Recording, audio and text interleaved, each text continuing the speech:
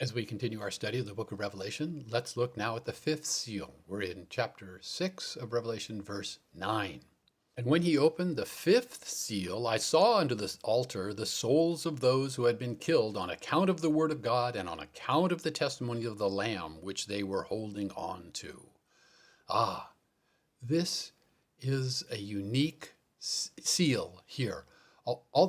All the other seals, 1 through 6 at least, they're all associated with judgments of God upon the earth. All of trumpets 1 through 6 are associated with judgments of God upon the earth. And all the bowls 1 through 7 are all judgments of God upon the earth. This is unique. This seal talks about John seeing the souls of those who had been slain under the altar. Now, souls, we have to remember that this doesn't necessarily mean I saw souls and spirits but not bodies. In biblical language, Old Testament Hebrew, New Testament Greek, often the soul, nephesh and psyche, could just refer to people. 100 souls went out on the battlefield, if there is a verse like that, would mean 100 men went out on the battlefield. So we don't want to think too much about whether they had bodies or not. It doesn't say. The idea that the souls were under the altar, Beasley Murray says, was a common idea in Jewish literature. Mounce explains that from the viewpoint of those of us that are on the earth, martyrdom is an accident. But from the viewpoint of heaven, martyrdom is worship offered in ministry. It's worship, it's sacrifice. And so the altar is a good picture for martyrdom. They gave their lives as a sacrifice upon the altar. So it's an effective picture. In fact, in Philippians 2:17, Paul uses the same metaphor when he suggests that he is like a drink offering completely poured out upon a grain offering. He says, but if I am being poured out as a drink offering upon the sacrifice and service of your faith, I rejoice, and I rejoice together with you all. One other thing to note in this verse is the use killed on account of the word of God and on account of the testimony of the Lamb. This expression, on account of, the Greek preposition is always dia, on account of the word of God and on account of the testimony of the Lamb. On account of the word of God, on account of the testimony of the Lamb, on account of the word of God, and on account of the testimony of Jesus Christ. This expression, this combination of terms happens several times through the book of Revelation. It's a common theme, and it speaks of martyrdom because of the word of God and the gospel. We will see this through the book of Revelation. Now, verse 10. And they cried out with a loud voice, saying, How long, Master, holy and true, will you not judge and avenge our blood against those who dwell upon the earth? This is quite distinct and different from Stephen's attitude when he was killed in Acts 7. He prayed, Lord, do not hold this sin against them. And yet at this point in the book of Revelation, we're in the end times, the end is very near, and these martyrs, now dead, can cry out, How long will you not judge and avenge? They call for vengeance to God. So something different, something has changed between Stephen's attitude in Acts 7 and their attitude. In Jewish literature, as in 1 Enoch chapter 47, we often see these elements. 1, the martyrs demand vengeance. 2, God has already chosen the number of the martyrs. 3, the prayers of the martyrs will be answered when God's kingdom is revealed. You might look also at Isaiah 61, verses 2 and 3 for similar themes. And verse 11, and to each was given a white robe, And it was said to them to rest yet a while until the number is completed of their fellow slaves and their brothers and those that are to be killed, as also they were killed. Oh my. There are some things to observe here. Each of these martyrs receives a white robe. We just heard about that in 2 and 3. Who gets white robes? In chapter 2 and chapter 3, we read about the victors receiving white clothes, and they will walk with me dressed in white, for they are worthy. And the victors will receive white clothing. By the way, it's good for us to understand that in most places in our cultures in the modern world, if you want to wear a white shirt, white clothing, it's okay. Go ahead. If you want to wear purple, you go ahead. But in the Roman world, these things were strictly regulated. For instance, when a man would become emperor, one expression that they would use is, in such and such a year, he put on the purple. Putting on the purple meant he became emperor. And why is that? Well, the story is that purple, real purple dye, true purple dye, was so expensive that only an emperor could afford an outfit made out of purple clothing, because the purple dye was obtained from a small shellfish, and lots of shellfish had to be gathered and crushed and processed to dye one piece of clothing. So purple. And then, besides the emperor putting on the purple, upper levels of Roman nobility were allowed to wear the white toga with a broad purple band on it. The edging of their toga would be a broad purple band. And then lesser nobility, slightly narrower, and then the lowest levels of maybe a narrow band of purple on their clothing. You didn't disobey the rules about these colors of your clothing. And so in that kind of world, people were aware of the color of people's clothing.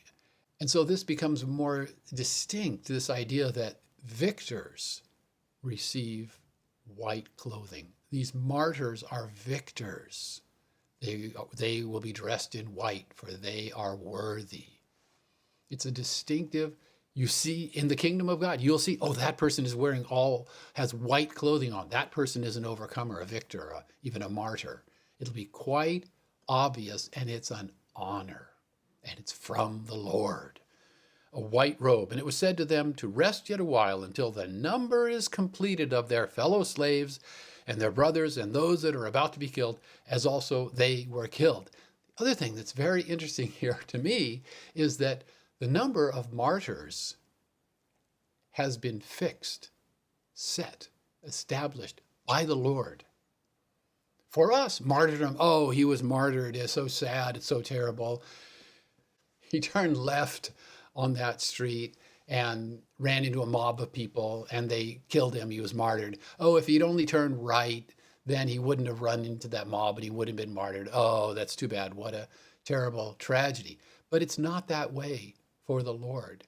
In the Lord's thinking, and in this presentation here, there is a fixed number of people that have the privilege of joining the ranks of the martyred. And you remember the story about Polycarp.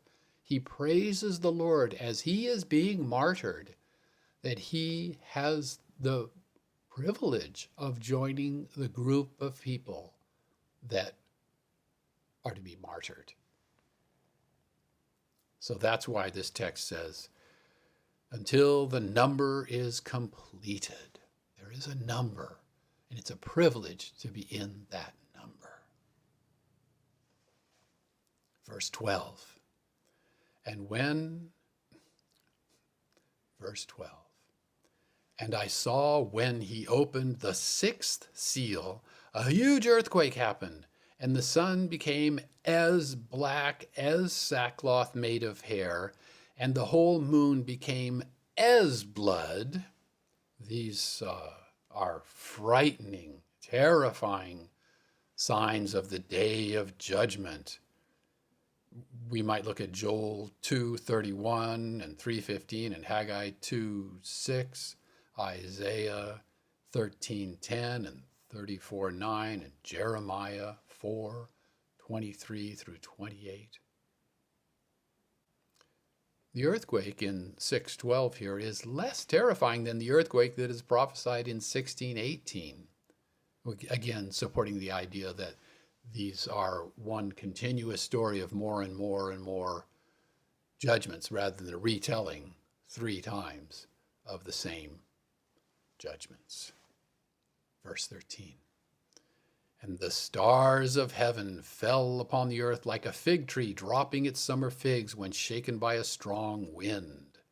Again, these are metaphors, figures of speech about terrifying events. Well, it does say the stars of heaven fell upon the earth like a fig tree dropping its summer figs when shaken by a strong wind. But we need to remember that stars are actually much larger than the earth. And so if the earth moved towards a star, the earth would be burned up by the heat of the star far before the star could fall upon the earth. So perhaps what's going on here is star here has a broader meaning than what star means in English. And so perhaps we're talking about shooting stars or meteors falling upon the earth, which can be terribly destructive. So that's what seems to be happening here. And it's as common as figs falling off a fig tree when the figs are ripe and a strong wind shakes the tree. Verse 14. And the sky was separated like a scroll rolling up, and every mountain and island was moved from its place. What does it mean? The sky was separated like a scroll rolling up. Well, I have my scroll here, so I can sort of show you this. See, scrolls were stored, rolled up. And if the message or what needed to be written took more than one sheet of papyrus, then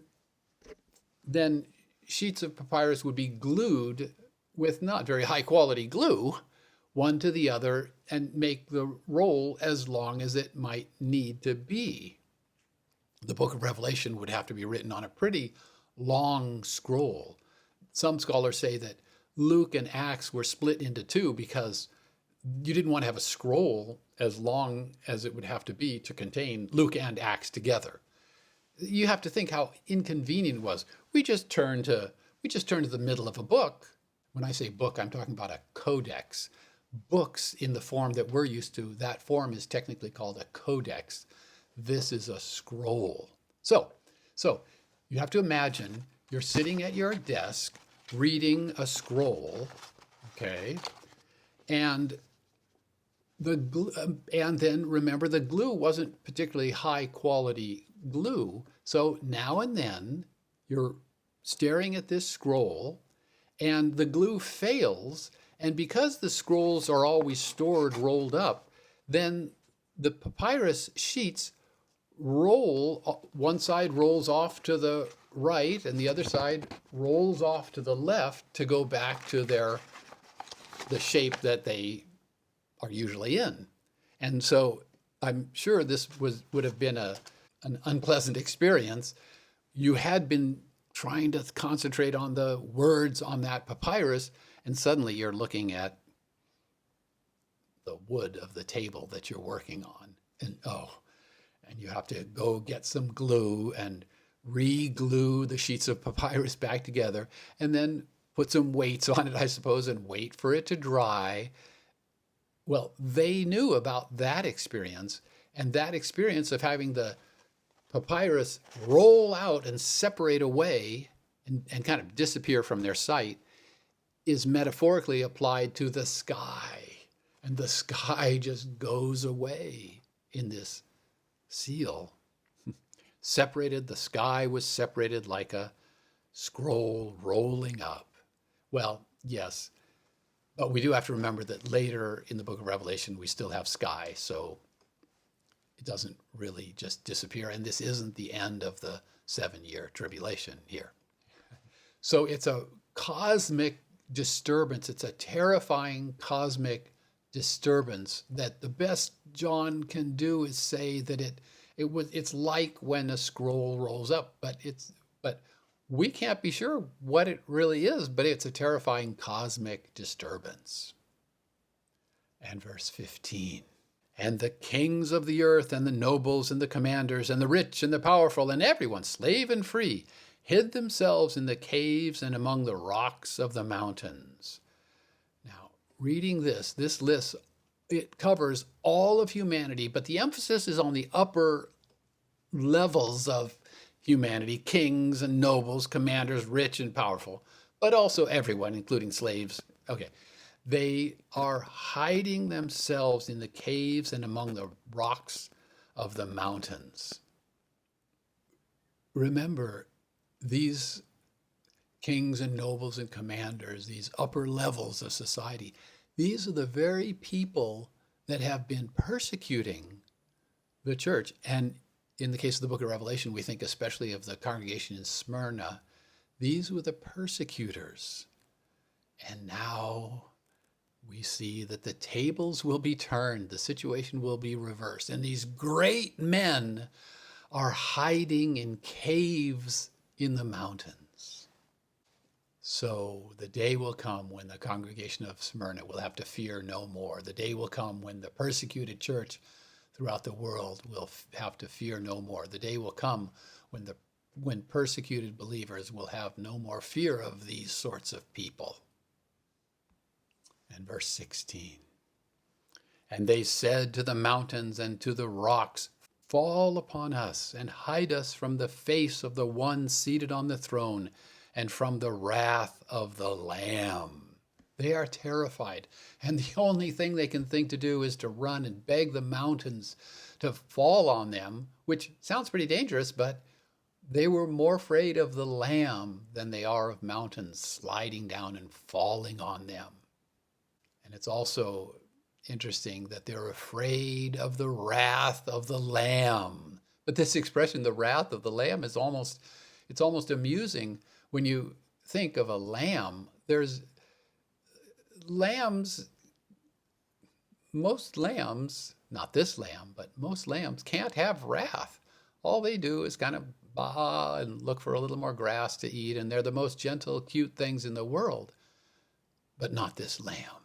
This one who is the sacrificial lamb who died upon that cross outside of the city of Jerusalem under the orders of Pontius Pilate at the demands of the Jews. This lamb is a lamb that will be full of wrath against those that have not accepted him as their Savior. And they are terrified of him. Verse 17, because the great day of his wrath has come, and who is able to stand against it? These men are terrified. And in their terror, they ask the question, who is able to stand against it? And they think the answer, it's a rhetorical question. It means a question they don't expect an answer. They think the answer would be no one, of course, but let's go on to chapter 7 and see some people that don't have to worry about the wrath of the Lamb and that can stand in peace and in worship in front of the Lamb.